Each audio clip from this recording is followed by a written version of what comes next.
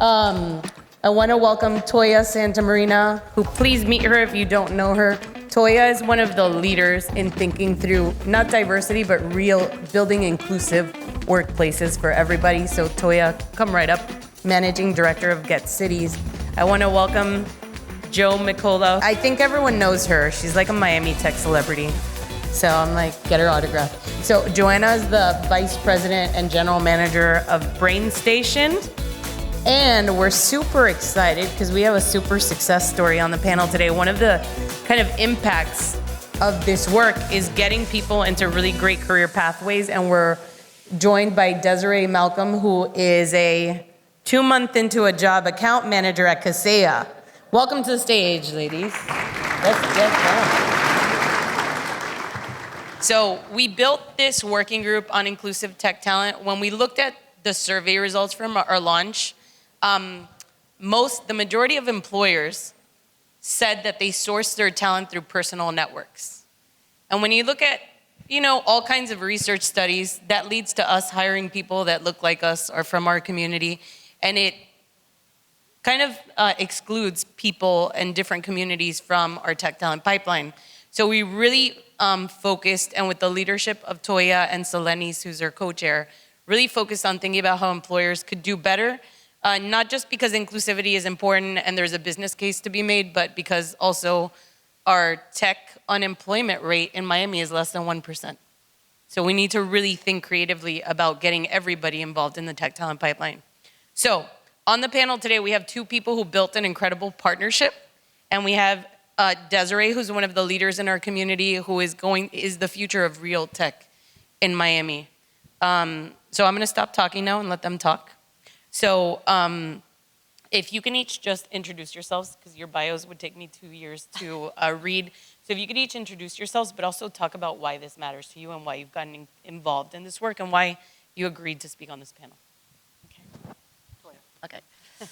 Hi, everyone. I'm Toya Santamarina. I'm the Managing Director of Get Cities Miami.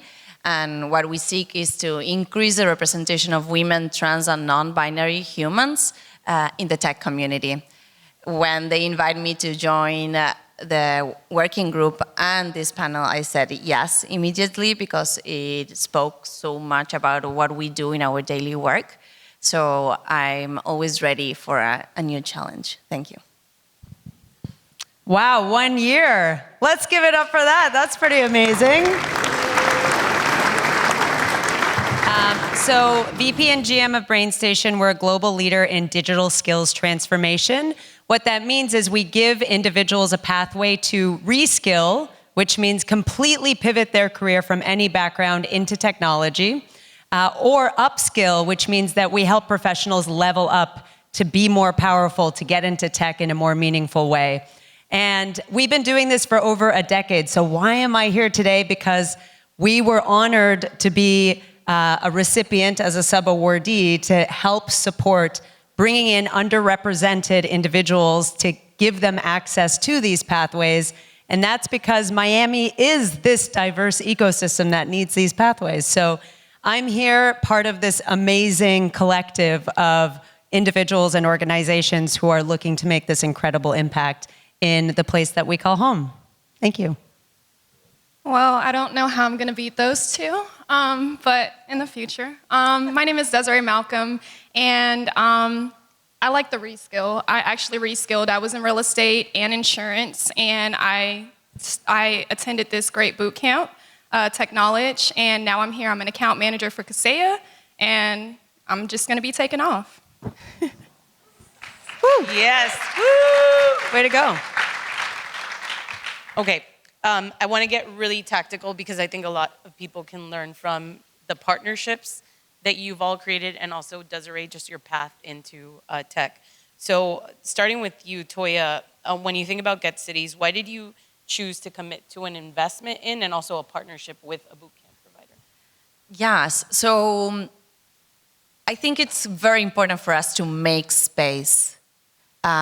We want to make sure that we are intentional in giving the opportunity to those who historically have been excluded from a thriving community such as tech to make sure that they were able to be a part of it. So that's why we decided to make an investment in BrainStation to make sure that trans and non-binary humans had the opportunity to join.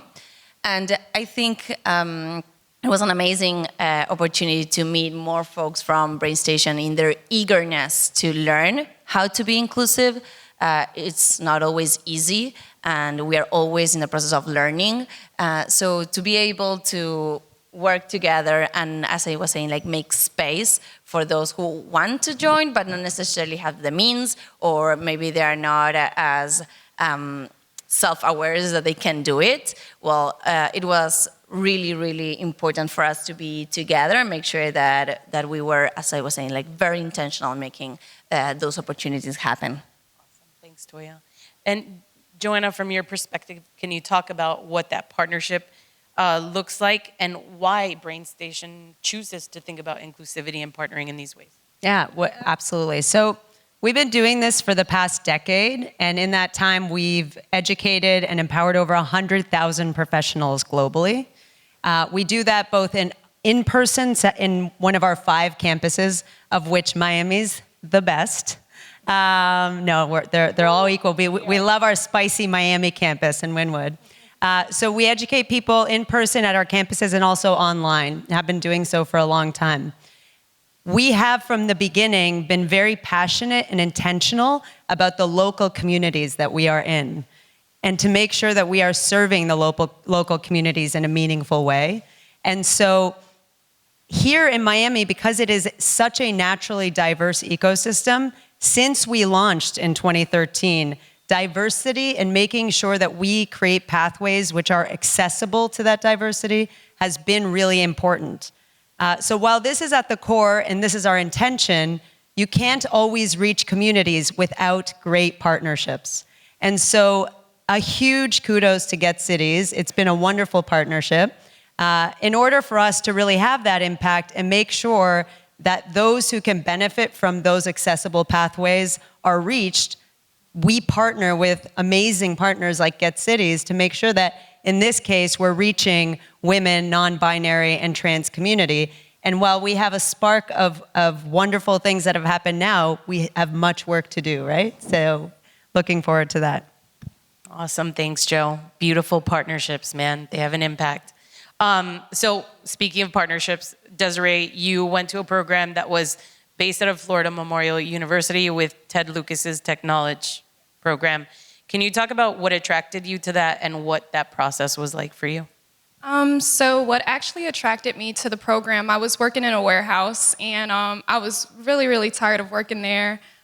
I'm social, very social, and so I was just talking to someone, trying to get to know them, seeing the things that they were into, and they were telling me they're getting into the tech space, and I'm like, you know, I'm hearing so much about tech sales, I'm hearing 6 figures, like, where do I sign up? And so he's like, well, I actually attend this tech sales boot camp. It's about 5 or 6 weeks, and I'll give you the information. He passed the information to me. I wasted no time. 6 figures is all I heard, and I was ready. And so I signed up for the boot camp, and it just went on from there. Yeah. Awesome. Thank you. And just a reminder to people hiring in the room, it's awesome when people get trained and then they get a job. So shout out to the employers that are extremely engaged, because that's 6 figures. Well, because you need 6 figures to live in Miami right now, so yeah. Yes. Amazing. Yeah, and shout out to Ted Lucas for all the great work he's doing as well. Ted Lucas and Hillman Sore, they both work together with each other for the Technology Bootcamp, which is the one that I attended at Florida Memorial University. Awesome. So those of you looking for sales folks, account executives, that program is getting a lot of talent out into the market. And Kaseya, be careful, because Desiree may get another job offer after this panel, I think. Okay, sorry. I'm the one like losing time here. All right. Joanna, can you talk through just like the process of building this program and what the successes and challenges were?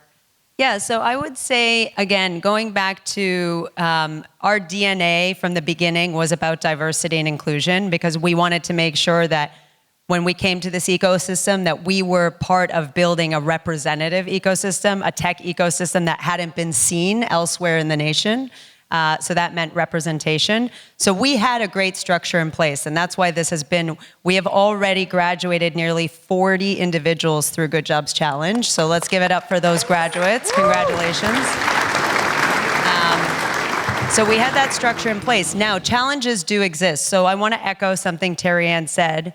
We love you, employers. We couldn't do this without you, period. Stop. So we would love to see you continuing to visit non-traditional tech backgrounds, these individuals, through all of these programs to join your teams, give them a chance, look into apprenticeship programs, internship programs. So I would say not a challenge, but also an opportunity is to increase the hiring of non-traditional tech backgrounds. And on a personal note for students, a lot of the people coming into these programs, they need to earn wages. They ideally throughout the program, but definitely the moment that they graduate. And so we need to find creative and supportive ways to make sure that paid internships, micro internships, to make sure that people can start earning as soon as they have gained the credentials. That's really important as well. Okay, Toya, what advice can you give folks around creating real inclusivity in the workplace through partnerships? Work on your own biases. We all have those. We all have those. It's completely normal to experience things whenever we read a resume. But that is a big challenge towards inclusivity, towards equity. Work on your own biases. It's okay to be aware that we have them, and how can we overcome those? So whenever we are considering a talent, a candidate, we really see their talent and their skills, and not necessarily their accents or their background or their name. So I would say that that's something critical for all of us that are decision makers, that have budget, that have influence, to work on our own biases if we want to build an inclusive and equitable workspace. I'll quickly chime in that not only did Get Cities fund scholarships in partnership with us for those communities, but also gave us insight into how we could change the terminology in anything that we had printed, and what our entryway looked like into our space, and how we welcome people into an event so that we thought we were inclusive and we had work to do. And so little tweaks and big tweaks go a big way. Desiree, one of the questions I have on my script is why CASEA? But I'm going to broaden it a little bit more and talk about just like, what was truly the experience for you going through the program, and then when you were ready to make a decision around your next job, why did CASEA, why was that the employer of choice for you? So going through my journey, I started at Technology, back in like November or so. Yeah, back around November.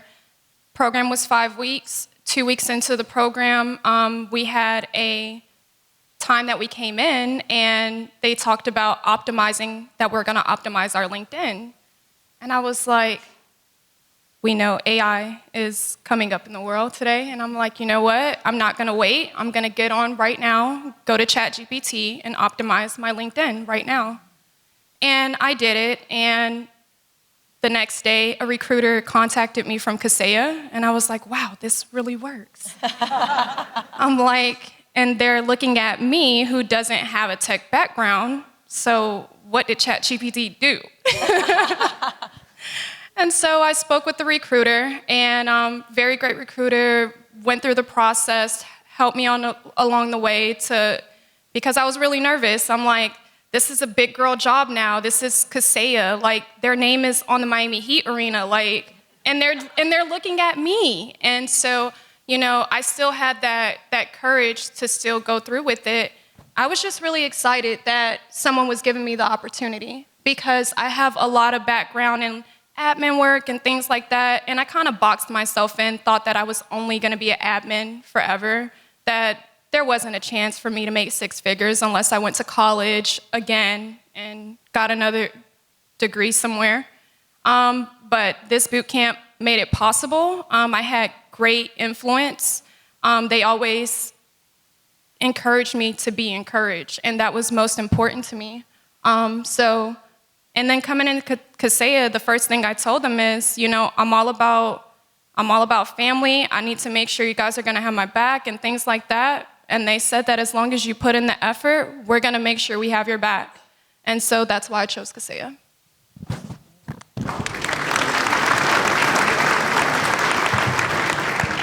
Okay, I'm getting the time check. So, removing the script.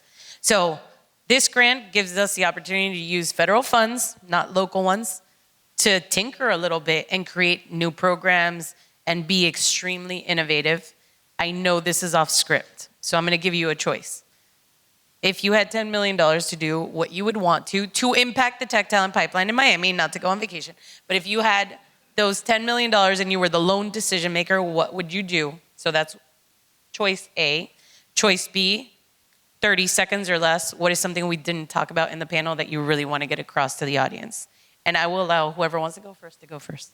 I'm happy to go first because I have an amazing news to share. So I will with the second one, which is we'll do a second investment in Brain Station for more students to join women, trans, and non-binary humans that need financial support to join the organization.